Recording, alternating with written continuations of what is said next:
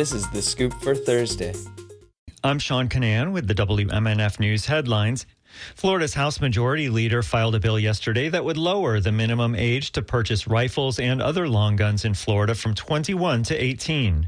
Republican Tyler Sorius filed HB 133 amid a U.S. Supreme Court case on the issue. The Florida House passed similar bills in recent years, but the Senate has not gone along.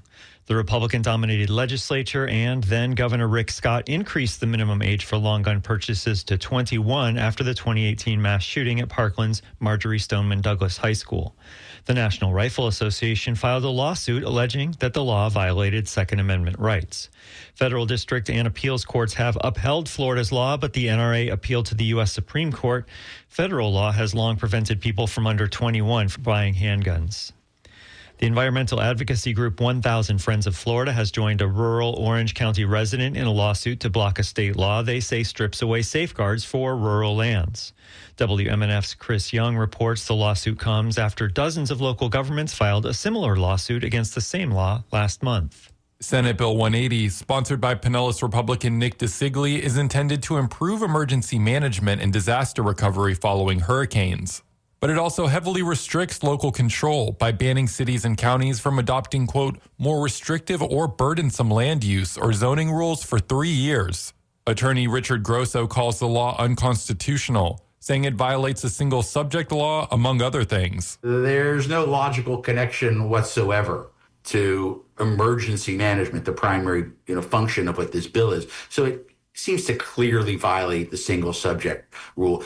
1,000 Friends of Florida filed the suit with an East Orange County resident who lives on rural land. She worries the law might threaten that area with overdevelopment.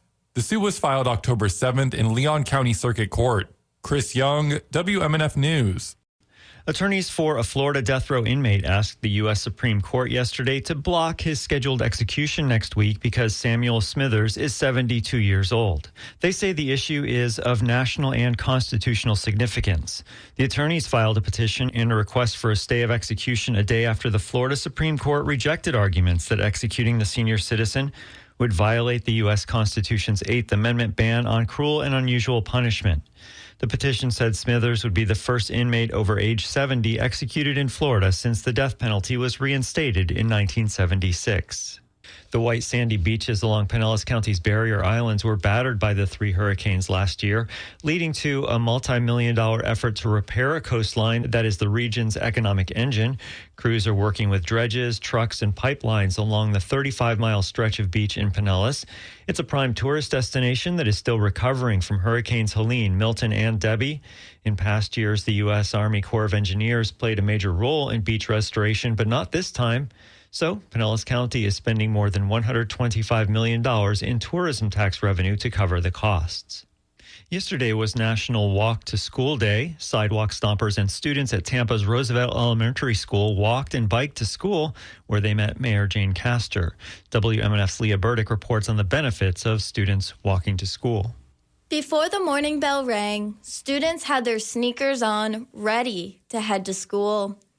Starting the day with healthy activities can promote health benefits. Emily Hinsdale is the president and co-founder of Sidewalk Stompers. We have a real problem with children's health in our country. In the last generation, it has really taken a dive, increase in childhood obesity, increase in juvenile diabetes diagnoses. So we are concerned about getting more kids out there active, starting their day with healthy activity and incorporating activity generally into their days. She says the organization has been able to advocate for more stop signs, crosswalks, and crossing guards after seeing an increase in students walking. Nicole Winkler is a parent of a kindergartner, and they walk to school every Wednesday. She says it's a big part of being in the community, and outdoor activities are important for children to grow big and strong. For WMNF News, I'm Leah Burdick in Tampa.